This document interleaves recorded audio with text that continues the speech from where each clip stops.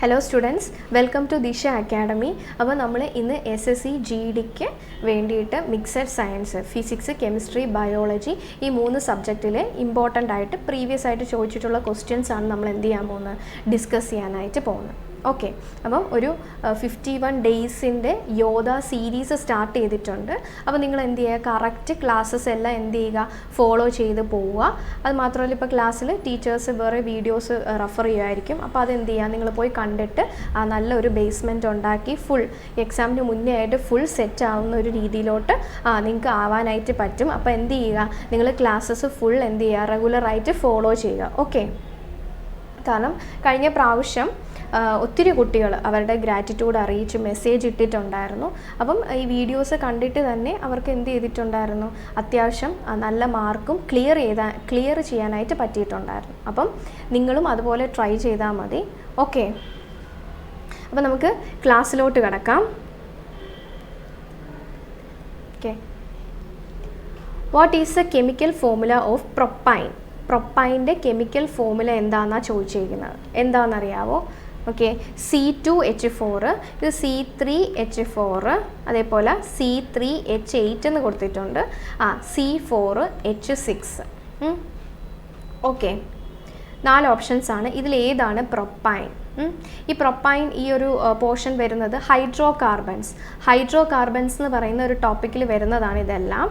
Hydro carbons എന്ന് പറഞ്ഞാൽ എന്താണ്, ഹൈഡ്രജൻ്റെയും അതുപോലെ കാർബണിൻ്റെയും ഒരു കോമ്പിനേഷൻ ഉള്ളതാണ് എന്തെന്ന് പറയുന്നത്, ഹൈഡ്രോ കാർബൺസ് എന്ന് പറയുന്നത്. ഈ ഹൈഡ്രോ കാർബൺസിൽ നമ്മൾ മെയിനായിട്ട് രണ്ടായിട്ട് ക്ലാസിഫൈ ചെയ്തിട്ടുണ്ട്.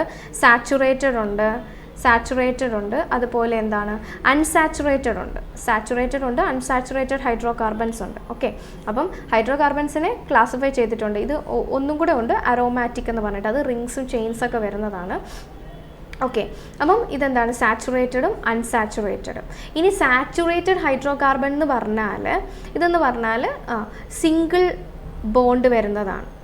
സിംഗിൾ ബോണ്ട് വരുന്നതിനെയാണ് നമ്മൾ, സിംഗിൾ കോവാലൻറ്റ് ബോണ്ട് വരുന്നതിനെയാണ് നമ്മൾ എന്തെന്ന് പറയുന്നത്, സാച്ചുറേറ്റഡ് എന്ന് പറയുന്നത്. അൺസാച്ചുറേറ്റഡ് ആണെങ്കിലോ, അൺസാച്ചുറേറ്റഡ് എന്ന് പറഞ്ഞാൽ ഡബിൾ ബോണ്ടും ട്രിപ്പിൾ ബോണ്ടും വരുന്നതാണ് എന്തെന്ന് പറയുന്നത്, അൺസാച്ചുറേറ്റഡ് എന്ന് പറയുന്നത്. ഓക്കെ, ഈ സാച്ചുറേറ്റഡിലാണ് ആൽക്കെയിൻസ് വരുന്നത്. ആൽക്കെയിൻസ് വരുന്ന ഏതാണ്, സാച്ചുറേറ്റഡിലാണ്. ഓക്കെ, അൺസാച്ചുറേറ്റഡിൽ ഞാൻ പറഞ്ഞു ഡബിൾ ബോണ്ടും ഉണ്ട്, ട്രിപ്പിൾ ബോണ്ടും ഉണ്ട്. ഈ ഡബിൾ ബോണ്ട് വരുന്നവരെ നമ്മൾ പറയുന്നത് ആൽക്കീൻ എന്നാണ് പറയുന്നത്.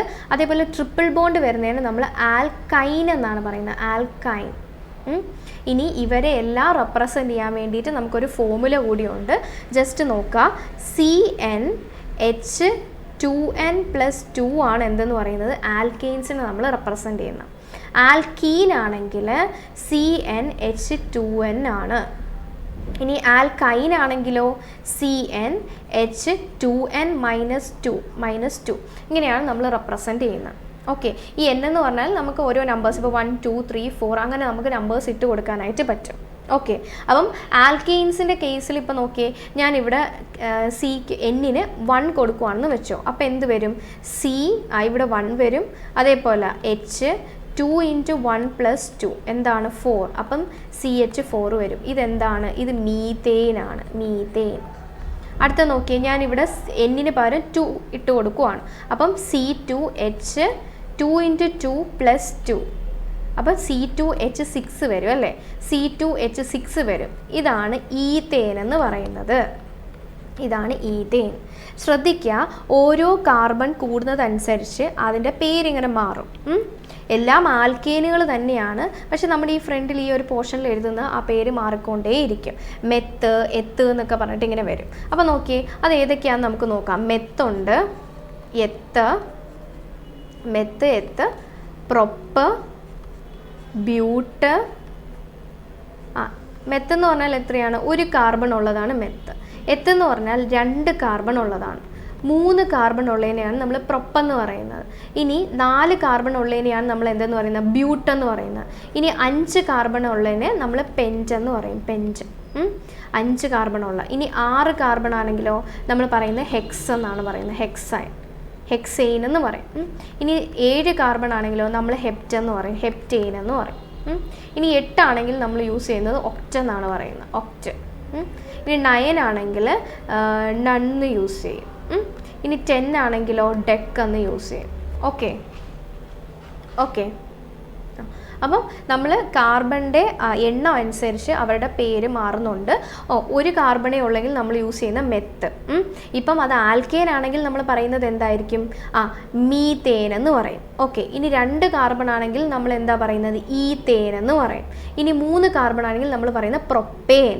ഇനി നോക്കിയേ, ആൽക്കീൻ ആണെങ്കിലോ നമ്മുടെ ഇവിടെ പറയുന്നത് പ്രൊപ്പീൻ എന്ന് പറയും, ബ്യൂട്ടീൻ എന്ന് പറയും. നോക്കിയേ, പ്രൊപ്പീൻ അല്ലെങ്കിൽ ബ്യൂട്ടീൻ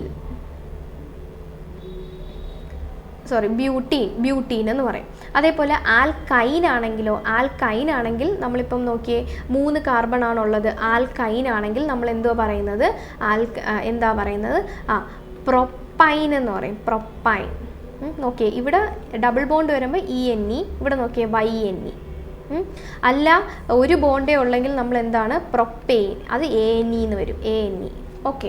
ഇങ്ങനെയാണ് നമ്മൾ ഓരോരുത്തർക്ക് പേര് കൊടുക്കുന്നത്. ഓക്കെ. ഇപ്പോൾ ജസ്റ്റ് ബേസിക് ആയിട്ട് പറഞ്ഞതാണ്. ഓക്കെ. സാച്ചുറേറ്റഡ് ഉണ്ട്, അൺസാച്ചുറേറ്റഡ് ഉണ്ട്. സാച്ചുറേറ്റഡ് ആണെങ്കിൽ സിംഗിൾ ബോണ്ട്, ഡബിൾ ബോണ്ടും ട്രിപ്പിൾ ബോണ്ടും വരുന്നത് ഏതാണ്? അൺസാച്ചുറേറ്റഡിലാണ് വരുന്നത്. അത് മാത്രമല്ല, ഇവർ ഓരോരുത്തർക്ക് പേരുണ്ട്. ആൽക്കെയിൻ, സാച്ചുറേറ്റഡിൽ നമ്മൾ സിംഗിൾ ബോണ്ട് വരുന്നവരെല്ലാം നമ്മൾ ആൽക്കെയിൻസ് എന്നാണ് പറയുന്നത്. ഡബിൾ ബോണ്ട് വരുന്ന ആൽക്കീൻ, ട്രിപ്പിൾ ബോണ്ട് വരുന്ന ആൽക്കൈൻ എന്ന് പറയും. ഓക്കെ. ഇനി ഇവരെ റെപ്രസെൻറ്റ് ചെയ്യാൻ വേണ്ടിയിട്ട് ഇക്വേഷൻസ് മീൻസ് ഫോമുലയുണ്ട്. നോക്കിയേ, CnH2n+2 ആണ് ആൽക്കേന്. Alkene എന്നാണെങ്കിലോ CnH2n. ആൽക്കൈൻ ആണെങ്കിലോ CnH2n-2 ആണ്. ഓക്കെ. ഇവിടെ മീതേൻ ഈതേൻ എഴുതിയില്ലേ, അതേപോലെ ഇവിടെ നോക്കിയേ, ഞാൻ കാർബൺ 2 എടുക്കുവാണ്. അങ്ങനെയാണെങ്കിൽ ഇവിടെ എത്ര വരും? നോക്കിയേ, H2n എന്ന് പറയുമ്പം × 2 എത്ര വരും? 4 വരും. ഓക്കെ. C2H4 എന്ന് വരും. ഇവിടെയാണെങ്കിലോ 2 എടുത്ത് അപ്പം H2 × 2 - 2. നോക്കിയേ, C2H2 എന്ന് വരും.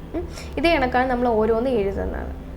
ഇനി ഇതിൽ ഓരോരുത്തരും എഴുതി കഴിഞ്ഞാൽ നോക്കിയേ, ഈ ആൽക്കെയിൻസിലെ കുറച്ച് പേരെ നമുക്ക് എഴുതാം. 2 കാർബൺസ് വെച്ചിട്ട് എഴുതാം. C2. അടുത്തത് എന്ത് വരും? ഇപ്പം C2 കൊടുത്തു കഴിഞ്ഞാൽ അടുത്തത് വരുന്നത് എന്തായിരിക്കും? C. ഓക്കെ. 2 × 2 + 2 ഇവിടെ എഴുതിയിട്ടുണ്ട്. H6 എന്ന് വരും. അടുത്തത് എന്തായിരിക്കും? C3 വരും. എന്ത് വരും? H8 എന്ന് വരും. അടുത്തത് C4 H10 എന്ന് വരും. ഇത് കണക്ക്. ഇതെന്താണ്? ഇതെന്ന് പറയുന്നത് എന്താണ്? ഇത് 2 ഉണ്ടോണ്ട് എന്താണ്? ഈതേനാണ്. ഇത് ഈതേനാണ്. ഇത് 3 ഉണ്ടോണ്ട് ഇതെന്താണ്? പ്രൊപ്പേനാണ്. ഇത് 4 ഉണ്ടോണ്ട് നമ്മൾ പറയുന്നത് എന്താണ്? ബ്യൂട്ടേൻ എന്ന് പറയും. ഇതേപോലെ ആൽക്കീൻ്റെ നോക്കിയേ, C2 H എന്ത് വരും? 4 വരും. അടുത്ത നോക്കിയേ, C2H 6 വരും. അടുത്തത് C3 ആണ്. C4 H8 വരും. ഇങ്ങനെ പൊക്കോണ്ടിരിക്കും. അടുത്തത് ആൽക്കൈൻ എഴുതിയാലോ, ആൽക്കൈൻ C2 H2 എന്ന് വരും. അടുത്തത് കാർബൺ 3 ഉള്ള കാർബൺ C3 H4 എന്ന് വരും. അടുത്തത് 4 ഉള്ള കാർബൺ C4 H6 എന്ന് വരും. ഓക്കെയാണ്. ഇങ്ങനെ പൊക്കോണ്ടിരിക്കും. ഇനി നമ്മളിവിടെ ശ്രദ്ധിച്ചു കഴിഞ്ഞാൽ നോക്കിയേ, ഇവർ തമ്മിലുള്ള വ്യത്യാസം എത്രയാണ്? ഒരു സീൻ്റെ വ്യത്യാസവും എത്ര ഹൈഡ്രജൻ്റെ? 2 ഹൈഡ്രജൻ്റെ വ്യത്യാസം. ഇനി ഇവർ തമ്മിലുള്ള വ്യത്യാസം നോക്കിയേ, ഒരു കാർബണിൻ്റെ വ്യത്യാസം, 2 ഹൈഡ്രജൻ്റെ വ്യത്യാസം. നോക്കിയേ, അപ്പോൾ ഇവരുടെ ഇടയിൽ നമ്മൾ ഇങ്ങനെ എഴുതി പോയാലും എന്താണ് അവരുടെ ഇടയിൽ എന്താണ്? CH2ൻ്റെ വ്യത്യാസമാണ് വരുന്നത്. ഇനി നോക്കിയേ, ഇവിടെ നോക്കിയാൽ നിങ്ങൾക്ക് അതേ പാറ്റേൺ കാണാൻ പറ്റും. ഒരു C, ഇവിടെ നോക്കിയേ 2 H, ഇവിടെ നോക്കിയേ ഒരു C 2 H.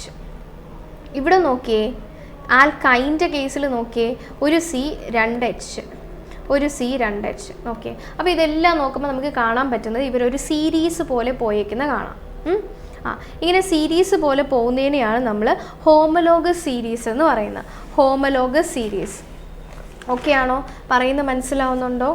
അപ്പം ഇങ്ങനെ സീരീസ് ആയിട്ട് വരുന്നതിനെയാണ് നമ്മൾ എന്തെന്ന് പറയുന്നത്? ഹോമോലോഗസ് സീരീസ് എന്ന് പറയും. അപ്പോൾ ബേസിക് ആയിട്ട് ഇത്രയും കാര്യങ്ങൾ അറിഞ്ഞിരിക്കുക. ഇനി ക്വസ്റ്റ്യനിലോട്ട് വരാം. What is the chemical formula of propyne?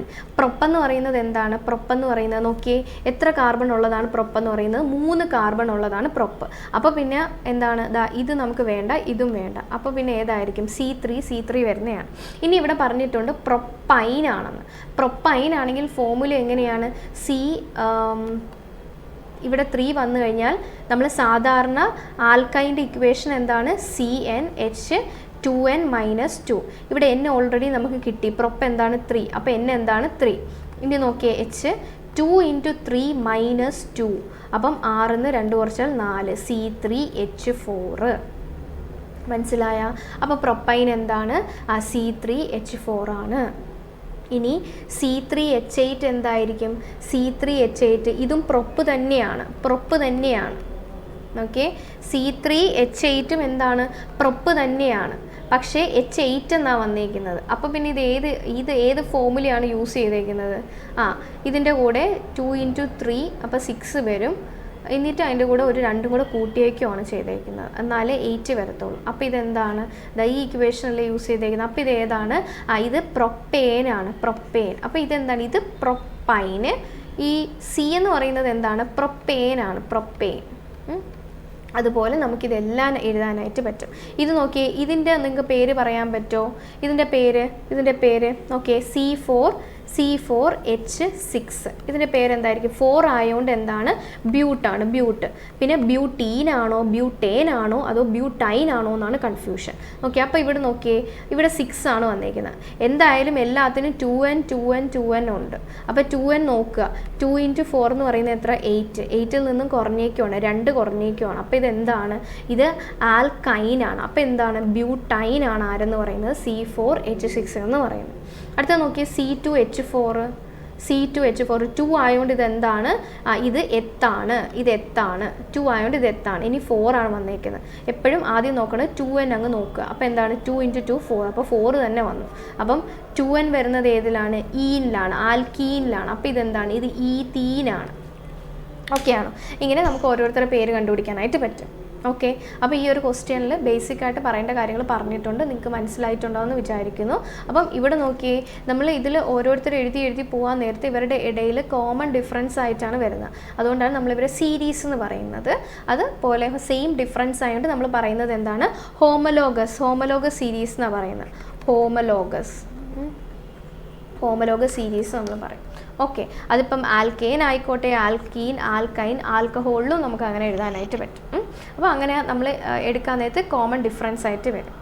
അപ്പം നമുക്ക് അടുത്ത ക്വസ്റ്റ്യനിലോട്ട് പോവാം. ഇതാണ് ഇതിനെപ്പറ്റി ബേസിക്കായിട്ട് പറയാനുള്ളത്. ഓക്കെ, അടുത്ത നോക്കിയേ, H2SO4 is a chemical formula of muriatic acid, blue vitriol, green vitriol, oil of vitriol.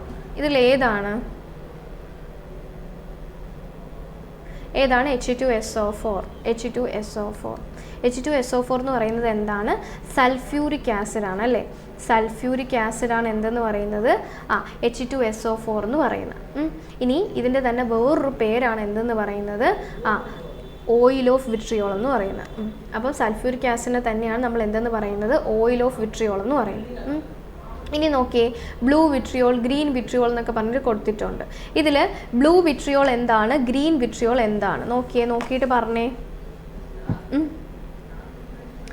നിങ്ങൾക്ക് നോക്കിയിട്ട് കിട്ടുന്നുണ്ടോ? ഓക്കെ, ഇത് നോക്കിയേ, ഈ മുരിയാറ്റിക് ആസിഡ് എന്ന് പറയുന്നത് എന്താണെന്നറിയാവോ? സൾഫ്യൂരിക് ആസിഡിൻ്റെ അപ്പം തന്നെ പഠിച്ചു പോവുക. എന്താണ്? Oil of vitriol. അതാണ് എന്തെന്ന് പറയുന്നത്? സൾഫ്യൂരിക് ആസിഡ് എന്ന് പറയുന്നത്. ഓക്കെ, അപ്പോൾ മ്യൂരിയാറ്റിക് ആസിഡ് എന്ന് പറയുന്നത് എന്താണ്? മ്യൂരിയാറ്റിക് ആസിഡ് എന്ന് പറയുന്നത് HCl-നെയാണ്. ഹൈഡ്രോക്ലോറിക് ആസിഡ് കേട്ടിട്ടുണ്ടല്ലോ നിങ്ങൾ? ഹൈഡ്രോക്ലോറിക് ആസിഡ് ആണ് എന്തെന്ന് പറയുന്നത്? HCl എന്ന് പറയുന്നത്. ഓക്കെ, ഇനി ബ്ലൂ വെട്രിയോളും ഗ്രീൻ വെട്രിയോളും ആണ് നമുക്ക് അറിയേണ്ടത്. ബ്ലൂ വെട്രിയോൾ എന്ന് പറഞ്ഞാൽ എന്താണ്?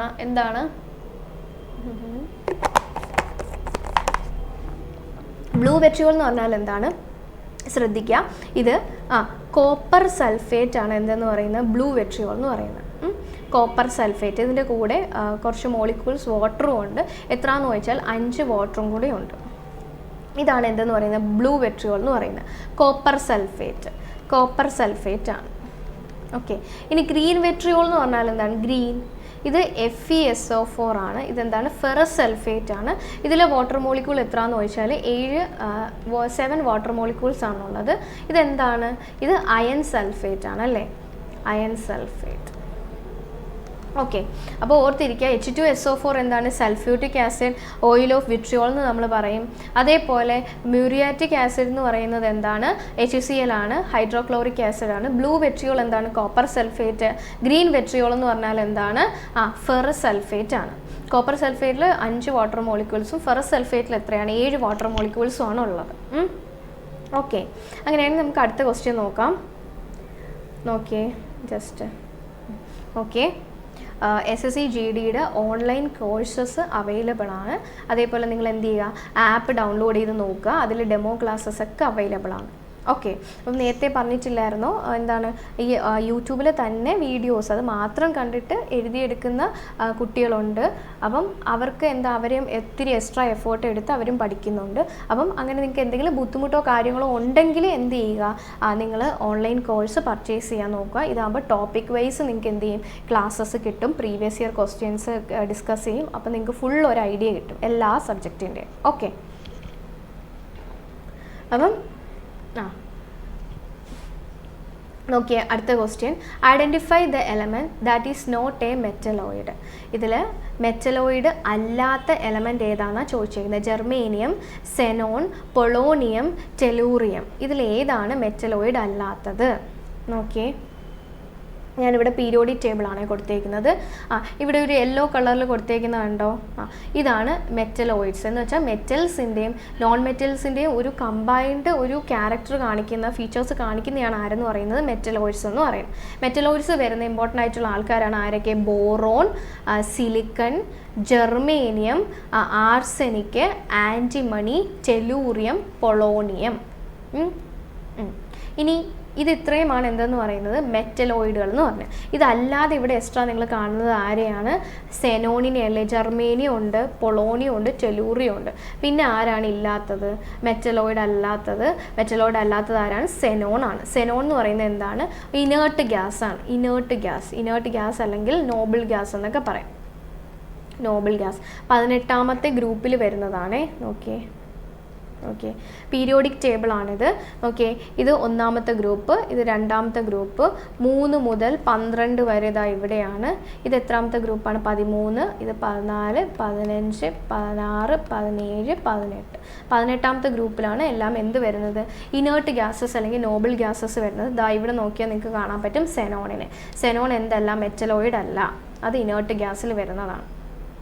ഓക്കെ, ഇനി നോക്കിയേ, ഈ ആദ്യത്തെ ഗ്രൂപ്പിലുള്ള ആൾക്കാർ ഏതാണ്ട് ഇങ്ങനെ താഴോട്ട് വെർട്ടിക്കലി കൊടുത്തേക്കുന്ന എന്താണ്? ഗ്രൂപ്പ്സ് ആണ്. വെർട്ടിക്കലി കൊടുത്തേക്കുന്ന ഗ്രൂപ്പ്സും ഹൊറിസോണ്ടലി കൊടുത്തേക്കുന്ന എന്താണ്? കോളംസും ആണ്. പീരീഡ്സ് ആണ്. ഓക്കെ, വെർട്ടിക്കലി കൊടുത്തേക്കുന്ന എന്താണ്? വെർട്ടിക്കലി കൊടുത്തേക്കുന്നത് ഇങ്ങനെ താഴോട്ട് ഇങ്ങനെ കൊടുത്തേക്കുന്ന എന്താണ്? ഗ്രൂപ്പ്സും. ഇങ്ങനെ കൊടുത്തേക്കുന്ന എന്താണ്? പീരീഡ്സും ആണ്. അപ്പോൾ നോക്കിയേ, ആദ്യത്തെ ഗ്രൂപ്പ് എത്ര ഗ്രൂപ്പാണുള്ളത് നോക്കി. ഞാൻ ഇപ്പം നമ്പർ ഇട്ടിട്ടുണ്ട്. എത്ര ഗ്രൂപ്പ്സാണ്? 18 ഗ്രൂപ്പ്സ് ആണുള്ളത്. പീരീഡ്സ് എത്രയാണെന്ന് ചോദിച്ചാൽ 7 പീരീഡ്സ് ആണുള്ളത്. 7 പീരീഡ്സ്. ഓക്കെ, ഇനി ഇവിടെ നോക്കിയേ, ഒന്നാമത്തേനെ നമ്മൾ ആൽക്കലി മെറ്റൽസ് എന്നാണ് പറയുന്നത്. Alkali metals. രണ്ടാമത്തേനെ നമ്മൾ പറയുന്നത് ആൽക്കലി എർത്ത് മെറ്റൽസ് എന്ന് പറയും. Alkali earth metals. ഓക്കെ, ഇതെല്ലാം ഈ 3 തൊട്ട് 12 വരെ ട്രാൻസിഷൻ എലമെൻറ്റ്സ് ആണ്. ഇനി 13ാമത്തെ നോക്കിയാൽ 13ാമത്തെ ബോറോൺ വെച്ചിട്ടാണ് സ്റ്റാർട്ട് ചെയ്യുന്നത്. അതുകൊണ്ട് നമ്മൾ ബോറോൺ ഫാമിലി എന്നാണ് പറയുന്നത്. Boron family. നോക്കിയാൽ 14ാമത്തെ കാർബൺ വെച്ചിട്ട് സ്റ്റാർട്ട് ചെയ്യുന്നത് നമ്മൾ കാർബൺ ഫാമിലി എന്ന് പറയും. ഈ 15ാമത്തെ നോക്കിയേ നൈട്രജൻ വെച്ചിട്ട് സ്റ്റാർട്ട് ചെയ്യുന്ന നൈട്രജൻ ഫാമിലി എന്ന് പറയും. 16 ഓക്സിജൻ വെച്ച് സ്റ്റാർട്ട് ചെയ്യുന്ന ഓക്സിജൻ ഫാമിലി അല്ലെങ്കിൽ ചാൽക്കോജൻസ് എന്ന് പറയും. ഇനി 17ാമത്തെ നമ്മൾ ഫ്ലൂറിൻ വെച്ച് സ്റ്റാർട്ട് ചെയ്യുന്ന ഫ്ലൂറിൻ എന്ന് പറയും, അല്ലെങ്കിൽ ഹാലോജൻസ് എന്നാണ് പറയുന്നത്. ഹാലോജൻസ് എന്നാണ് പറയുന്നത്. ഇനി നോക്കിയേ, ഈ 18ാമത്തെന്ന് പറയുന്നത് നമ്മളെല്ലാവരെയും പറയുന്നത് നോബിൾ ഗ്യാസ് അല്ലെങ്കിൽ ഇനേർട്ട് ഗ്യാസ് എന്നാണ് പറയും. അപ്പോൾ 18 ഗ്രൂപ്പുകളും 7 പീരീഡുകളുമാണ് ഉള്ളത്. മോഡേൺ പീരിയോഡിക് ടേബിൾ കൊണ്ടുവന്നത് ആരാണ്? മോസ്ലിയാണ് എന്ത് കൊണ്ടുവന്നത്? മോഡേൺ പീരിയോഡിക് ടേബിൾ കൊണ്ടുവന്നത്. ഓക്കെ, ഇനി അപ്പോൾ ഈ ഒരു ക്വസ്റ്റ്യൻ ആൻസർ കിട്ടിയല്ലോ. മെറ്റലോയിഡ് അല്ലാത്തതാരാണ്? സെനോൺ എന്ന് പറയുന്നത് നോബിൾ ഗ്യാസ് ആണ്. ബാക്കി മെറ്റലോയിഡുകൾ ആരൊക്കെയായിരുന്നു? ഒന്നുകൂടെ ഓർത്തിരിക്കുക. Boron, silicon, germanium, arsenic, antimony, പിന്നെ എന്താണ്? ടെലൂറിയം, പൊളോണിയം ആണ് എന്തെന്ന് പറയുന്നത്? മെറ്റലോയിഡുകൾ എന്ന് പറയുന്നത്. ഓക്കെ, അപ്പോൾ അടുത്ത ക്വസ്റ്റ്യനിലോട്ട് പോവാം. Which among the following elements has the least atomic radius? Atomic radius തീരെ കുറവുള്ളത് ഇതിൽ ആരാണ്? Boron, oxygen, beryllium, lithium. Okay, ഇതിൽ അറ്റോമിക് റേഡിയസ് അത് പറയാനായിട്ട് നമ്മൾ ഈ പടം ജസ്റ്റ് ഒന്ന് എടുക്കാം. ഓക്കെ ഓക്കെ, ഇതിൽ നിങ്ങൾ കണ്ടത് ആരൊക്കെയായിരുന്നു? ബെർലിയം ഉണ്ട്, ബോറോൺ ഉണ്ട്, ഓക്സിജൻ ഉണ്ട്, പിന്നെ ആരാ? ലിഥിയം. ഓക്കെ, ലിഥിയം ഉണ്ട്, ബെർലിയം, ബോറോൺ, ഓക്സിജൻ. ഈ പറയുന്നതിൽ ആർക്കാണ് അറ്റോമിക് സൈസ് കുറവുള്ളതെന്നാണ് ചോദിച്ചിരിക്കുന്നത്. ഇനി ഞാൻ പറയുന്നത് ശ്രദ്ധിച്ചിരിക്കണം. നമ്മൾ പീരീഡ്സ് എടുക്കണം. ഓരോ പീരീഡ്സ് നോക്കിയേ. പീരീഡ്സ് എന്ന് പറഞ്ഞാൽ ഇങ്ങനെയാണ് എടുക്കുന്നത്. ലെഫ്റ്റ് ടു റൈറ്റ് ആണ് നമ്മൾ എന്ത് ചെയ്യുന്നത്? പീരീഡ്സ് എടുക്കുന്നത്. ഗ്രൂപ്പ്സ് ആണെങ്കിലോ താഴോട്ട്, മുകളിൽ നിന്ന് താഴോട്ടാണെന്ന് ഗ്രൂപ്പ്സ്. അപ്പം പീരീഡ്സ്, ഈ ഒരു പീരീഡ് നോക്കിയാൽ രണ്ടാമത്തെ പീരീഡാണ് ഇത്. ലിഥിയം തുടങ്ങുന്ന രണ്ടാമത്തെ period. Okay, lithium, beryllium, boron, carbon, nitrogen, oxygen, ഇങ്ങനെ പോവും. ഇതിൽ പറഞ്ഞിട്ടുള്ളത് ക്വസ്റ്റ്യനിൽ കൊടുത്തേക്കുന്നത് ലിഥിയവും ബെർലിയവും ബോറോണും ഓക്സിജനുമാണ് കൊടുത്തേക്കുന്നത്. ഓക്കെ, ഇവരുടെ അറ്റോമിക് നമ്പേഴ്സ് ഇവിടെ തന്നെ കൊടുത്തിട്ടുണ്ട്. നിങ്ങൾക്കറിയാം മോഡേൺ പീരിയോഡിക് ടേബിളിൽ നമ്മൾ എലമെൻസിനെ അറേഞ്ച് ചെയ്യുന്നത് എങ്ങനെയാണ്? അവരുടെ അറ്റോമിക് നമ്പർ കൂടുന്നതനുസരിച്ച്, ഇൻക്രീസ് ചെയ്യുന്നതനുസരിച്ചാണ് നമ്മൾ അവരെ അറേഞ്ച് ചെയ്യുന്നത്. ഓക്കെ, അപ്പം അത് വെച്ചിട്ട് നോക്കുമ്പം നമ്മൾ അറേഞ്ച് ചെയ്തേക്കുന്നത് ലിഥിയം ബെർലിയത്തിനെ നോക്കിയേ 3, 4, 5, 6, 7, 8, 9, 10 അങ്ങനെ പൊക്കോണ്ടിരിക്കുകയാണ്. അപ്പോൾ ഇവരുടെ അറ്റോമിക് നമ്പർ എത്രയാണ്? 3, ബെർലിയത്തിൻ്റെ 4, ബോറോണിൻ്റെ എത്രയാണ്? 5. പിന്നെ നമുക്ക് വേണ്ട നോക്കിയേ ഓക്സിജൻ, ക്വസ്റ്റ്യനിലുള്ള ഓക്സിജൻ 8 ആണെന്ന് വെച്ചോ. ഇനി ഇവരെ നമ്മൾ ഇലക്ട്രോണിക് കോൺഫർമേഷൻസ് ആ ഒരു ഫിഗർ വരയ്ക്കുവാണെങ്കിൽ നോക്കിയേ, ലിഥിയത്തിനെ ഞാൻ വരയ്ക്കുവാണ്. ലിഥിയത്തിന് 3 ഇലക്ട്രോൺസ് ആണുള്ളത്. നോക്കിയേ, ഈ അറ്റോമിക് നമ്പർ എന്ന് പറഞ്ഞാൽ എന്താണ്? അറ്റോമിക് നമ്പർ എന്ന് പറഞ്ഞാൽ എന്താണ്? അറ്റോമിക് നമ്പർ എന്ന് പറഞ്ഞാൽ നമ്പർ ഓഫ് എന്താണ്? ഇലക്ട്രോൺസ് അല്ലെങ്കിൽ എന്താണ്? നമ്പർ ഓഫ് പ്രോട്ടോൺസ് ആണ്. അപ്പം അറ്റോമിക് നമ്പർ 3 എന്ന് കൊടുത്തിട്ടുണ്ടെങ്കിൽ അതിൻ്റെ അർത്ഥം എന്താണ്? അവർക്ക് 3 ഇലക്ട്രോൺസും 3 പ്രോട്ടോൺസും ഉണ്ടെന്നാണ് അർത്ഥം. ഓക്കെ, ആ 3 ഇലക്ട്രോൺസ് ആണ് ഞാൻ വരയ്ക്കാൻ പോകുന്നത്. പ്രോട്ടോൺസ് എവിടെയാണ് ഇരിക്കുന്നത്? പ്രോട്ടോൺസ് ഇരിക്കുന്നത് ന്യൂക്ലിയസിലാണ്. ന്യൂക്ലിയസിലാണ് എന്തിരിക്കുന്നത്? പ്രോട്ടോൺ ഇരിക്കുന്നത്. ഇലക്ട്രോണിനെ ഞാൻ വരയ്ക്കുകയാണ് ഓരോ ഷെല്ലിലായിട്ട്. ഓക്കെ, ഇവിടെ 2 ഇലക്ട്രോൺസ് വയ്ക്കും, പുറത്ത് 1 ഇലക്ട്രോൺ. ഓക്കെ, പുറത്ത് 1 ഇലക്ട്രോൺ. ഇപ്പോൾ 3 ഇലക്ട്രോൺസ് ആയല്ലോ. അകത്ത് ന്യൂക്ലിയസിനകത്ത് എന്തുണ്ട്? പ്രോട്ടോൺസ് ഉണ്ട്. ഓക്കെ, ഇനി ഏറ്റവും ഔട്ടർ ഷെല്ലിൽ ഇരിക്കുന്ന ഔട്ടർ ഇലക്ട്രോണിനെയാണ് നമ്മൾ വാലൻസ് ഇലക്ട്രോൺസ് എന്ന് പറയുന്നത്. ഔട്ടർ ഷെല്ലിനെ പറയുന്നത് വാലൻസ് ഷെല്ലെന്ന് നമ്മൾ പറയും. ഇതേപോലെ ഞാൻ ബെർലിയം കൂടെ ഒന്ന് വരയ്ക്കുവാണെങ്കിൽ ബെർലിയം നോക്കിയേ 2, വീണ്ടും 2, അപ്പം 4 ആയേ. ഇനി ബോറോൺ വരയ്ക്കാം. ബോറോണിൻ്റെ എന്താണ്? 2, ബാക്കി ഇനി എത്ര എണ്ണം ഉണ്ട്? 3 എണ്ണം ഉണ്ട്. 1, 2, 3. ഓക്കെ, ഇനി നമുക്ക് ഓക്സിജൻ്റെ വരയ്ക്കാം. ഓക്സിജൻ്റെ 8 എണ്ണം ഉണ്ട്. 8 എണ്ണം. അപ്പോൾ 2, ബാക്കി എത്ര എണ്ണമാണ്? 6 എണ്ണമാണ് ഉള്ളത്. 1, 2, 3, 4, 5, 6. ഓക്കെ, ഇങ്ങനെയാണ് നമ്മൾ വരയ്ക്കുന്നത്. നിങ്ങൾ ഇത് വരയ്ക്കുന്നത് ശ്രദ്ധിച്ചാൽ തന്നെ അറിയാൻ പറ്റും എന്താണ് ഇവർക്ക് എല്ലാവരുടെയും നമ്പർ ഓഫ് ഷെൽസ് എണ്ണം സെയിം തന്നെയല്ലേ? നോക്കി, ഇതിന് 2 എണ്ണം, ഇതിന് 2 എണ്ണം, ഇതിന് 2 എണ്ണം, ഇതിനും 2 എണ്ണം. അപ്പം ഇങ്ങോട്ട് പോകുമ്പം നമ്മൾ ലെഫ്റ്റിൽ നിന്ന് റൈറ്റിലോട്ട് പോകുമ്പോൾ എന്താണ് സംഭവിക്കുന്നത്? പ്രത്യേകിച്ച് ഷെൽസ് വെച്ച് നോക്കുമ്പോൾ ഷെല്ലിന് പ്രത്യേകിച്ച് ഒരു ചേഞ്ചും ഇല്ല. ഷെല്ലിൻ്റെ എണ്ണം എന്ത് തന്നെയാണ്? സെയിം തന്നെയാണ്. പക്ഷേ നമ്മുടെ എന്താണ് പ്രോട്ടോൺസിൻ്റെയും ഇലക്ട്രോൺസിൻ്റെയും എണ്ണം കൂടുവല്ലേ? ഓക്കെ, ഇവിടെ 3 പ്രോട്ടോൺസും 3 ഇലക്ട്രോൺസും ആണുള്ളത്. ഓക്സിജൻ അതിന് പകരം എത്ര പ്രോട്ടോൺസും എത്ര ഇലക്ട്രോൺസും ഉണ്ട്? Protons 8, electrons 8. അപ്പോൾ എന്ത് ചെയ്യുന്നു വെച്ചാൽ ഈ എണ്ണം കൂടുന്നതനുസരിച്ച് അവർ തമ്മിലുള്ള അട്രാക്ഷൻ കൂടിക്കൊണ്ടേയിരിക്കും. അട്രാക്ഷൻ കൂടിക്കഴിഞ്ഞാൽ എന്ത് ചെയ്യും? സൈസ് സ്വാഭാവികമായിട്ട് എന്ത് ചെയ്യും? കുറയും. ഞാനിവിടെ വരച്ചത് നോക്കിയിട്ട് നിങ്ങൾ പറയരുതേ, വരച്ചത് വെച്ചിട്ടല്ല, ഞാൻ ജസ്റ്റ് അതിൻ്റെ ഐഡിയ പറയുകയാണ്. അപ്പം സൈസ് എപ്പോഴും കൂടുതൽ ആർക്കായിരിക്കും? ഓക്സിജൻ ആയിരിക്കും കൂടുതൽ. സൈസ് എപ്പോഴും ആർക്കായിരിക്കും? ഓക്സിജൻ ആയിരിക്കും കുറവ്. അപ്പം സൈസ് കൂടുതൽ ആർക്കായിരിക്കും? ലിഥിയത്തിനായിരിക്കും. ഞാൻ പടം വരച്ചത് വെച്ചിട്ട് നിങ്ങൾ നോക്കല്ലേ, അല്ലെങ്കിൽ ഞാൻ ഒന്നുകൂടെ ഒന്ന് വരയ്ക്കാം. ഓക്കെ, ഇത് ലിഥിയത്തിനായിരിക്കും എന്ത് ചെയ്യുന്നത്? സൈസ് കൂടുതൽ ലിഥിയം. അതേപോലെ ഓക്സിജൻ, ലാസ്റ്റുള്ള ഓക്സിജന് എത്രയാണ്? നോക്കിയേ, 1 2 ഇതിൽ 2 എണ്ണം, അതേപോലെ എത്ര എണ്ണം ബാക്കി 6 എണ്ണം. ഓക്കെ, ലിഥിയത്തിന് നമ്മൾ നോക്കാൻ നേരത്ത് ലിഥിയത്തിനെ വെച്ച് നോക്കാൻ നേരത്ത് എപ്പോഴും ഓക്സിജൻ എന്തായിരിക്കും, സൈസ് കുറവായിരിക്കും. കാരണം ലിഥിയത്തിന് എത്ര പ്രോട്ടോൺസിൻ്റെ എണ്ണം 3ഉം പിന്നെ എത്ര ഇലക്ട്രോൺസിൻ്റെ എണ്ണം 3ഉമാണ്. ഓക്സിജൻ്റെ നോക്കിയേ, പ്രോട്ടോൺസിൻ്റെ എണ്ണം 8ഉം ഇലക്ട്രോൺസിൻ്റെ എണ്ണം 8ഉമാണ്. അപ്പം അവർ ഇത് എണ്ണം കൂടുന്നതനുസരിച്ച് അവർ തമ്മിലുള്ള അട്രാക്ഷനും നന്നായിട്ട് കൂടും. അപ്പോൾ എന്ത് ചെയ്യും, പ്രോട്ടോൺസ് ഇവിടെ ഇരിക്കുവാണെങ്കിൽ ഇലക്ട്രോൺസ് ഇവിടെ വരെ ഉണ്ട്. അപ്പോൾ എന്ത് ചെയ്യും, ഇങ്ങോട്ട് അട്രാക്റ്റ് ചെയ്യും. അട്രാക്റ്റ് ചെയ്തിട്ട് ഇതെന്ത് ചെയ്യും, ആ സൈസ് തീരെ കുറയാനായിട്ട് ശ്രമിക്കുകയാണ് ചെയ്യുന്നത്. അപ്പോൾ എപ്പോഴും ലെഫ്റ്റിൽ നിന്ന് റൈറ്റിലോട്ട് പോകുമ്പോൾ എന്ത് സംഭവിക്കുകയാണ് ചെയ്യുന്നത്, സൈസ് കുറയുവാണ് ചെയ്യുന്നത്. അപ്പോൾ സൈസ് കുറവ് ആർക്കായിരിക്കും, ഓക്സിജൻ ആയിരിക്കും കുറവ്. ഇനി എങ്ങാനും ഓപ്ഷനിൽ ഫ്ലൂറിൻ ഉണ്ടായിരുന്നെങ്കിൽ പിന്നെ ആർക്കായിരിക്കും കുറവ്, ഫ്ലൂറിനായിരിക്കും കുറവുള്ളത്. അപ്പോൾ എപ്പോഴും ലെഫ്റ്റിൽ നിന്ന് റൈറ്റിലോട്ട് പോകുമ്പോൾ എന്താ സംഭവിക്കുന്നത്, സൈസ് അറ്റോമിക് സൈസ് എന്ത് ചെയ്തുകൊണ്ടിരിക്കും, കുറഞ്ഞുകൊണ്ടിരിക്കുകയാണ് ചെയ്യുന്നത്. കാരണം ആ ഒരു ന്യൂക്ലിയർ ഫോഴ്സ്, ഒരു അട്രാക്ഷൻ കൂടുന്നതുകൊണ്ട് തന്നെ എന്ത് ചെയ്യുവാണ്, ഇത് സൈസ് കുറഞ്ഞുകൊണ്ടിരിക്കുകയാണ് ചെയ്യുന്നത്. ഇതിൻ്റെ നേരെ ഓപ്പോസിറ്റാണ് നമ്മൾ ഗ്രൂപ്പിൽ നോക്കാൻ നേരത്ത്. ഇപ്പം ഞാൻ പറഞ്ഞത് എന്താണ്, പീരീഡ്സ് ആണ്. ഇനി അടുത്തത് നോക്കിയേ, ഗ്രൂപ്പ് നോക്കിയേ, ഹൈഡ്രജൻ, ഹീലിയം, പിന്നെ ആരാണ്, സോഡിയം. ഹൈഡ്രജൻ നമ്മൾ വരയ്ക്കുന്നത് എങ്ങനെയാണ്, ഹൈഡ്രജന് ഒരേ ഒരു ഇലക്ട്രോണേ ഉള്ളൂ, അല്ലെങ്കിൽ ഒരേ ഒരു പ്രോട്ടോണേ ഉള്ളൂ. ലിഥിയത്തിൻ്റെ നോക്കിയേ, ലിഥിയമാണ് ഞാൻ വരയ്ക്കുന്നത്. ലിഥിയത്തിന് ഓക്കെ 2 1. ഇനി അടുത്ത സോഡിയത്തിൻ്റെ നോക്കിയേ, സോഡിയത്തിന് 11 എണ്ണം ഉണ്ട്. അപ്പം 2 8 1 ആ ഒരു രീതിയിൽ നമുക്ക് എഴുതാനായിട്ട് പറ്റുള്ളൂ.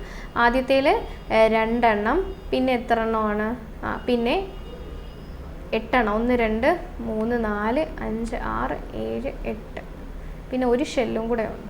ഓക്കെ, അതിൽ ഒരു 1 ബാക്കി വരുന്നു. അപ്പോൾ നോക്കിയേ, ഇത് നിങ്ങൾക്ക് ഞാൻ ഈ വരച്ചേക്കുന്ന പടം കാണുമ്പോൾ തന്നെ മനസ്സിലാവുന്നുണ്ട് എന്താണ്, താഴോട്ട് പോകുമ്പോൾ എന്ത് ചെയ്യുകയാണ് ചെയ്യുന്നത്, ഷെല്ലിൻ്റെ എണ്ണം കൂടുന്നുണ്ട്. സ്വാഭാവികമായിട്ടും എന്തും ചെയ്യും, സൈസും കൂടുകയാണ് ചെയ്യുന്നത്. ഷെല്ലിൻ്റെ എണ്ണം താഴോട്ട് കൂടിക്കൊണ്ടിരിക്കുകയാണ്. അപ്പോൾ എന്ത് ചെയ്യും, സൈസും കൂടിക്കൊണ്ടിരിക്കുകയാണ് ചെയ്യുന്നത്. ഓക്കെ ആണോ?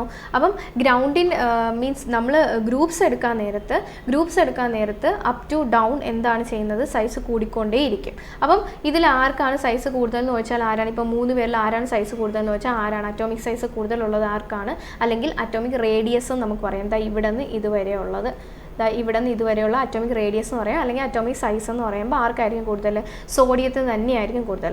പക്ഷേ നമ്മൾ പീരീഡ്സിൻ്റെ കേസിൽ പറയാൻ നേരത്തെ എന്താണ്, ഇങ്ങോട്ട് റൈറ്റിലോട്ട് പോകുന്തോറും സൈസ് കുറഞ്ഞു വരുവാണ് ചെയ്യുന്നത്. അതിന് കാരണം എന്താണ്, അറ്റോമിക് ഫോഴ്സ് എന്ത് ചെയ്യുകയാണ്, കൂടിക്കൊണ്ടിരിക്കുകയാണ്. അതുകൊണ്ടാണ് എന്ത് ചെയ്യുന്നത്, സൈസ് കുറഞ്ഞു വരുന്നത്. ഓക്കെ, ഇനി ഡൗണിലോട്ട് വരുമ്പോൾ സംഭവിക്കുന്നത് എന്തുവാന്ന് വെച്ചാൽ, ഇവിടെ നോക്കിയേ, സോഡിയത്തിൻ്റെ ഇവിടെ 2 ഇലക്ട്രോൺസ് ഉണ്ട്, ഇവിടെ ഒരു ഇലക്ട്രോൺ ഉണ്ട്. ഇവിടെ നമുക്കൊരു കാര്യം പറയാനുണ്ട്, ഷീൽഡിങ് എഫക്റ്റ് എന്ന് പറയുന്നത് ഇലക്ട്രോൺസ് തമ്മിൽ ഇടയിൽ ഉണ്ടാവുന്നതാണ്. നോക്കിയേ, ഈ 2 ഇലക്ട്രോൺസ് ഈ ഇലക്ട്രോണിനെ ഷീൽഡ് ചെയ്യും. എവിടെ നിന്നും, ഈ ന്യൂക്ലിയസിൽ നിങ്ങൾക്കറിയാം പ്രോട്ടോൺസ് ഉണ്ട്, ഇവർ തമ്മിൽ അട്രാക്ഷൻ ഉണ്ട്. ആ അട്രാക്ഷൻ ആര് കുറയ്ക്കും, ഈ 2 ഇലക്ട്രോൺസ് കുറയ്ക്കും. പുറത്തിരിക്കുന്ന അകത്തിരിക്കുന്ന ആളുമായിട്ടുള്ള അട്രാക്ഷൻ ആര് കുറയ്ക്കും, ഇവിടെ ഇരിക്കുന്ന ഈ 2 പേര് കുറയ്ക്കും. അപ്പോൾ സ്വാഭാവികമായിട്ട് ന്യൂക്ലിയർ ഫോഴ്സ് കുറയുമ്പോൾ ഇതെന്ത് ചെയ്യും, സൈസ് കൂടുകയാണ് ചെയ്യുന്നത്. പുറത്തോട്ട് പോകാനല്ലേ ടെൻഡൻസി. അപ്പം എന്ത് ചെയ്യും, ആ സൈസ്, ആ ഒരു ബാലൻസ് ഷെല്ല് കുറച്ചുകൂടെ പുറത്തോട്ട് ഇങ്ങനെ വരും. അപ്പോൾ എന്താണ്, സൈസ് കൂടും. അപ്പോൾ ഇതാണ് ബേസിക്കായിട്ട് നിങ്ങൾ അറിഞ്ഞിരിക്കേണ്ടത്. അപ്പോൾ നോക്കിയേ, which among the following has the least atomic radius ഏറ്റവും കുറവ് ആർക്കാണ്, ഇതുമായിട്ട് പറഞ്ഞത് എന്താണ്, ലെഫ്റ്റ് ടു റൈറ്റ് എന്ത് സംഭവിക്കും, സൈസ് കുറയുകയാണ് ചെയ്യുന്നത്. അറ്റോമിക് സൈസ് അല്ലെങ്കിൽ അറ്റോമിക് റേഡിയസ് എന്ത് ചെയ്യുകയാണ് ഡിക്രീസ് ചെയ്യുകയാണ് ചെയ്യുന്നത്. ഇനി ടോപ്പ് ടു ബോട്ടം എങ്ങനെയാണ്, അറ്റോമിക് സൈസ് എന്ത് ചെയ്യുകയാണ് ചെയ്യുന്നത്, അറ്റോമിക് സൈസ് അല്ലെങ്കിൽ അറ്റോമിക് റേഡിയസ് എന്ത് ചെയ്യും, ഇൻക്രീസ് ചെയ്യുകയാണ് ചെയ്യുന്നത്. ഓക്കെ, ഇൻക്രീസ് ചെയ്യുകയാണ് ചെയ്യുന്നത്. അപ്പോൾ ഇത് ബേസിക്കായിട്ട് ഓർത്തിരിക്കുക. അപ്പോൾ ലീസ്റ്റ് അറ്റോമിക് സൈസ് ഉള്ളത് ആർക്കാണ്, നമ്മുടെ പീരീഡ്സിൽ ആർക്കാണ്, ഓക്സിജനാണ് ഏറ്റവും കുറവ്. ഓക്കെ, അപ്പോൾ അടുത്ത നോക്കിയേ, moss and marchantia comes under which of the following. ഇതിൽ ഏതിലാണ് മോസും മാർക്കൻഷ്യയും വരുന്നത്? Pteridophyte, gymnosperm, angiosperm, bryophyte. ഏതിലാണ് വരുന്നത്? ഏതിലാണെന്നറിയാവോ? നോക്കിയേ, ഈ ബ്രയോഫൈറ്റ്, ഡി ഓപ്ഷൻ, ബ്രയോഫൈറ്റിലാണ് ആര് വരുന്നത്? മോസ്, മാർക്കൻഷ്യ. ഈ പ്ലാന്റ് കിങ്ഡത്തിൽ നമ്മൾ എത്രയായിട്ട് പറയുന്നുണ്ടെന്ന് വെച്ചാൽ 5 പേരാണുള്ളത് പ്ലാന്റ് കിങ്ഡത്തിൽ. ഏറ്റവും ലോവറായിട്ടുള്ളതാണ് ആരെന്ന് പറയുന്നത്? ആൽഗെ 1. 2 എന്ന് പറയുന്നത് ബ്രയോഫൈറ്റ്. 3 എന്ന് പറയുന്നത് ടെറിഡോഫൈറ്റ്. 4 ജിംനോസ്പേം. 5 എന്താണ്? ആൻജിയോസ്പേം. ഓക്കെ ആണോ? അപ്പോൾ algae, bryophyte, pteridophyte, gymnosperm, angiosperm. Okay. ഇതിൽ ഏറ്റവും ലോവറായിട്ടെന്ന് വെച്ചാൽ ഇവരുടെ ബോഡി എടുത്തു കഴിഞ്ഞാൽ റൂട്ട് എന്താണ്, സ്റ്റെം ഏതാണെന്നൊന്നും നമുക്ക് തിരിച്ചറിയാൻ പറ്റത്തില്ല. എല്ലാം ഒരുമിച്ചായിരിക്കും ഇരിക്കുന്നത്. അങ്ങനത്തെ ഒരു ബോഡീനെയാണ് നമ്മൾ താലിസ് എന്ന് പറയുന്നത്. ഇവരപ്പോൾ അതുകൊണ്ട് എന്താണ്? താലോഫൈറ്റുകളെന്നും വിളിക്കാം. അപ്പോൾ ആൽഗേസിന് താലോഫൈറ്റ് എന്ന് നമുക്ക് പറയാം. കാരണം എന്താണ്? ഇവരുടെ സ്റ്റെമ്മോ ലീഫോ റൂട്ടോ ഒന്നും നമുക്ക് തിരിച്ചറിയാനായിട്ട് പറ്റത്തില്ല. എല്ലാം കൂടെ ഒന്നിച്ചിട്ടായിരിക്കും ഇരിക്കുന്നത്. ആൽഗയുടെ എക്സാമ്പിൾസ് ആണ് ക്ലാമിഡോമോണസ്, അതേപോലെ വോൾവോക്സ്, ഫ്യൂക്കസ്, ലാമിനേരിയ ഒക്കെ എന്തിൻ്റെ എക്സാമ്പിളാണ്? ആൽഗയുടെ എക്സാമ്പിളാണ്.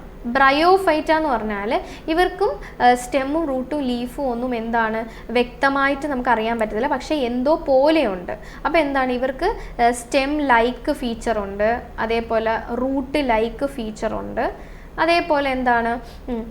ഷൂട്ട് ലൈക്ക് ഫീച്ചർ, ഷൂട്ടും ഉണ്ട് അവർക്ക്. അപ്പം അങ്ങനെ നമുക്ക് വ്യക്തമായിട്ട് കാണാൻ പറ്റത്തില്ലെങ്കിലും എന്തോ പോലെയുണ്ട്. ആൽഗേസിന് എന്താണ്? ഒന്നും അറിയാൻ പറ്റത്തില്ല. അപ്പം ആൽഗയെക്കാട്ടിയും കുറച്ചുകൂടെ അഡ്വാൻസ്ഡ് ആണ് ആരെന്ന് പറയുന്നത്? ബ്രയോഫൈറ്റ എന്ന് പറയും. ഈ ബ്രയോഫൈറ്റയിൽ എക്സാമ്പിൾസ് ആണ് ഏതെന്ന് പറയുന്നത്? മോസ്, മാർക്കൻഷ്യ എന്നൊക്കെ പറയുന്നത്. അപ്പോൾ അത് ഓർത്തിരിക്കുക, മോസസും മാർക്കൻഷ്യയൊക്കെ വരുന്നത്. ഇനി നോക്കിയാൽ ടെർഡോഫൈറ്റ് എന്ന് പറഞ്ഞാൽ ഇവർക്ക് നമുക്ക് സ്റ്റെമ്മും ലീഫും റൂട്ടൊക്കെ എന്ത് ചെയ്യാൻ പറ്റും? ഡിഫറൻഷ്യേറ്റ് ചെയ്ത് തിരിച്ചറിയാനായിട്ട് പറ്റും. അപ്പം അത് വരുന്നതാണ് ഏതെന്ന് പറയുന്നത്? ടെർഡോഫൈറ്റ് എന്ന് പറയുന്നത്. ടെർഡോഫൈറ്റിൻ്റെ എക്സാമ്പിൾസ് ആണ് സെലജനല, അതേപോലെ സാൽവീനിയ ഒക്കെ എന്തിൻ്റെ എക്സാമ്പിളാണ്? ടെർഡോഫൈറ്റിൻ്റെ എക്സാമ്പിളാണ്. നോക്കിയേ, 4ാമത്തെ ജിംനോസ്പേംസ്.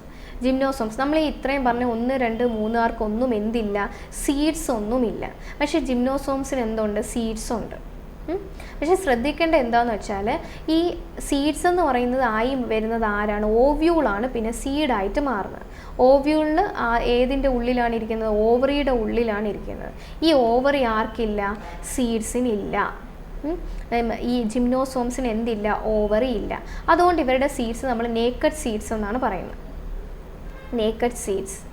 ഓക്കെ, ഓവറി ഉണ്ടെങ്കിലേ നമുക്ക് ആ ഫ്രൂട്ട് ഫോം ചെയ്യാൻ പറ്റത്തുള്ളൂ. അപ്പോൾ ഇവർക്ക് ആ ഒരു ഫ്രൂട്ട് ഫോം ആവത്തില്ല.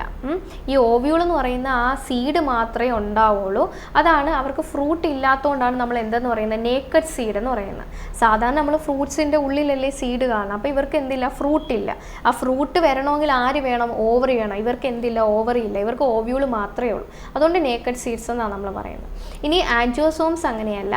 ഇവർ നല്ല അഡ്വാൻസ്ഡ് ആയിട്ടുള്ളവരാണ്. ഇവർക്ക് സീഡ്സ് ഉണ്ട്, ഇവർ ഫ്രൂട്ട്സ് ഫോം ചെയ്യുന്നുണ്ട്, ഇവർക്ക് ഫ്ലവേഴ്സും ഉണ്ട്. ഫ്ലവേഴ്സ് ഉള്ള ഒരേ ഒരാൾ ആര് മാത്രമാണ്? ആൻജിയോസോംസ് ആണ്. സീഡ്സ് ആർക്കൊക്കെ ഉണ്ട്? ജിംനോയിനും ആൻജിയോയ്ക്കും എന്തുണ്ട്? സീഡ്സ് ഉണ്ട്.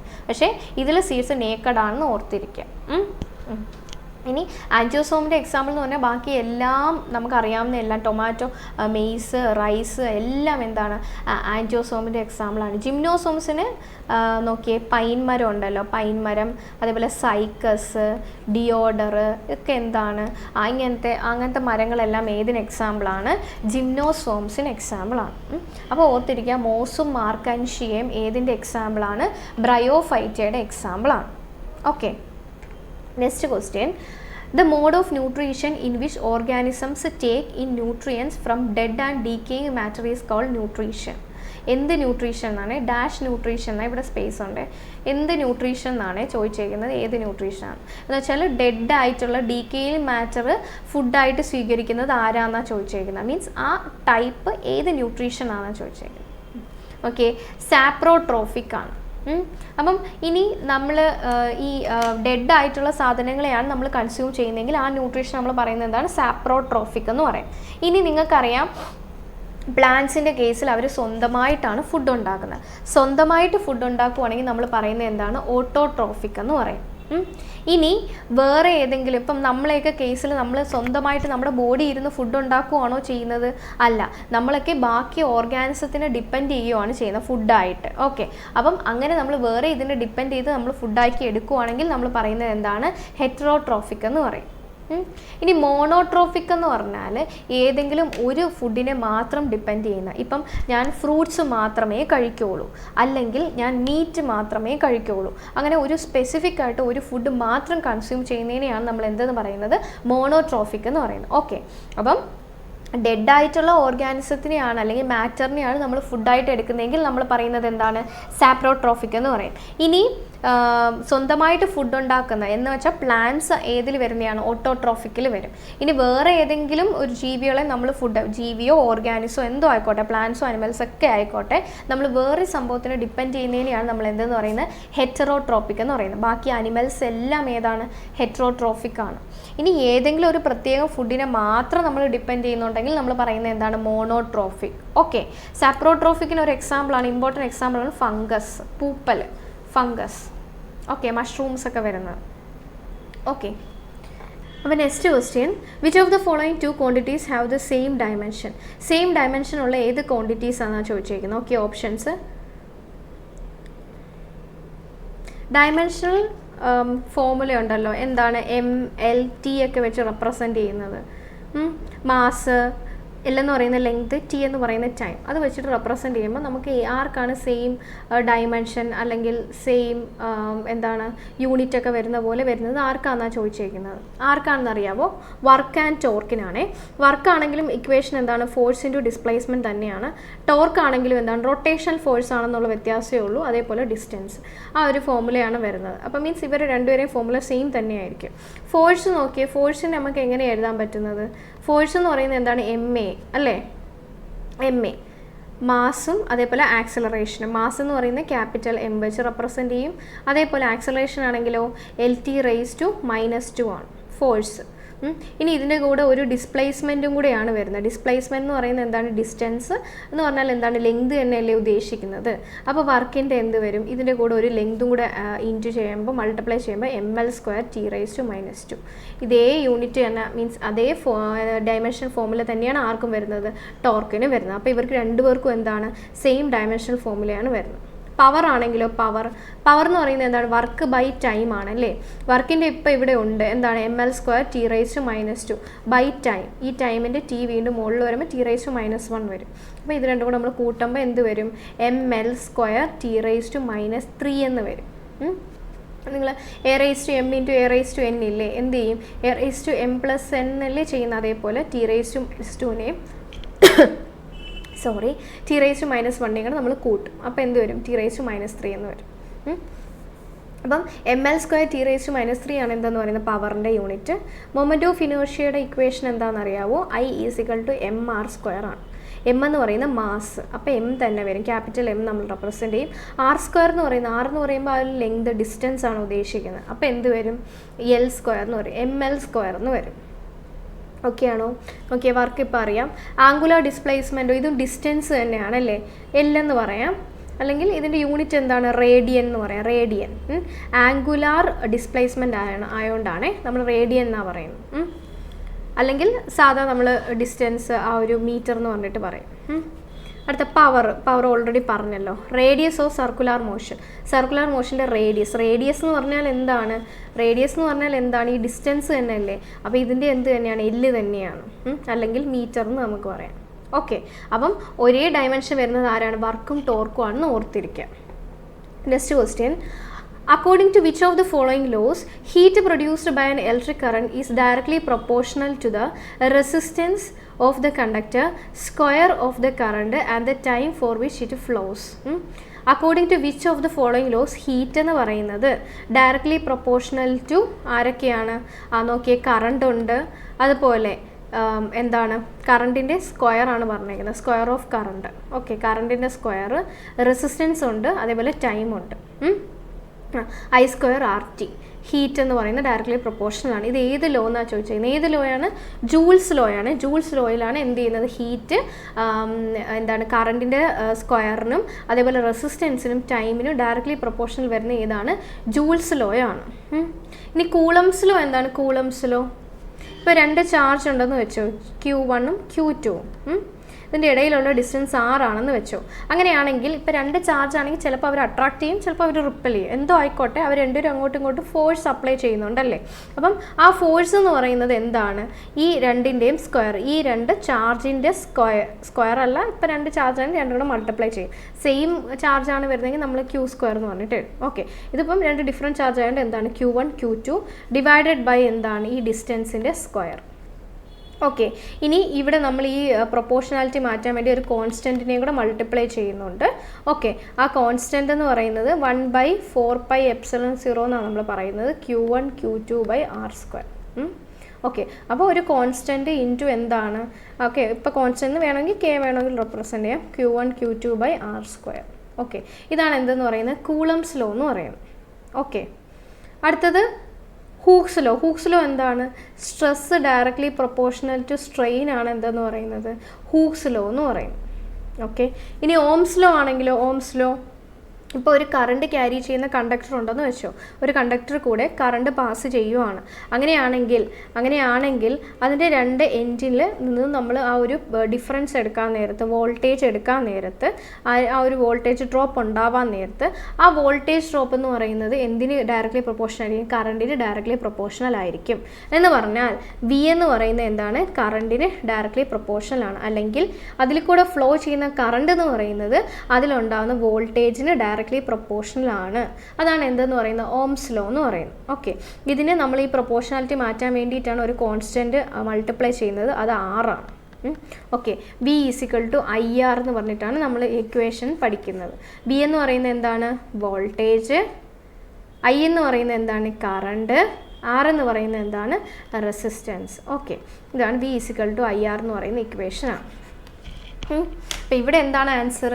ജൂൾസ് ലോ ആണ് ആൻസർ. ഓക്കെ, അപ്പം നമുക്കിനി അടുത്ത ക്ലാസ്സിൽ കാണാം. കുറച്ച് ഇമ്പോർട്ടൻ്റ് ആയിട്ടുള്ള പ്രീവിയസ് ആയിട്ടുള്ള ചോദിച്ചിട്ടുള്ള ക്വസ്റ്റ്യൻസ് ആണ് ഡിസ്കസ് ചെയ്തത്. അപ്പോൾ ഇതെല്ലാം നിങ്ങൾ നന്നായിട്ട് പഠിക്കുക. ബാക്കിയുള്ള എല്ലാ സബ്ജക്റ്റിൻ്റെ ക്ലാസ്സസ് കണ്ട് നിങ്ങൾ എന്ത് ചെയ്യുക? നന്നായിട്ട് ഫോളോ ചെയ്ത് പഠിക്കുക. നിങ്ങൾക്ക് ഉറപ്പായിട്ട് നിങ്ങൾ പഠിച്ചു കഴിഞ്ഞാൽ ഉറപ്പായിട്ട് നിങ്ങൾക്ക് എന്തെങ്കിലും ജോലി കിട്ടിയിരിക്കും. അപ്പോൾ അത്രയും നിങ്ങളുടെ ഭാഗത്തുനിന്ന് കൂടെ എഫേർട്ട് ഇടണം. എഫേർട്ട് ഇട്ട് നന്നായിട്ട് പഠിക്കുക. ഓക്കെ, അപ്പോൾ നമുക്കിനി അടുത്ത ക്ലാസ്സിൽ കാണാം. Okay, thank you.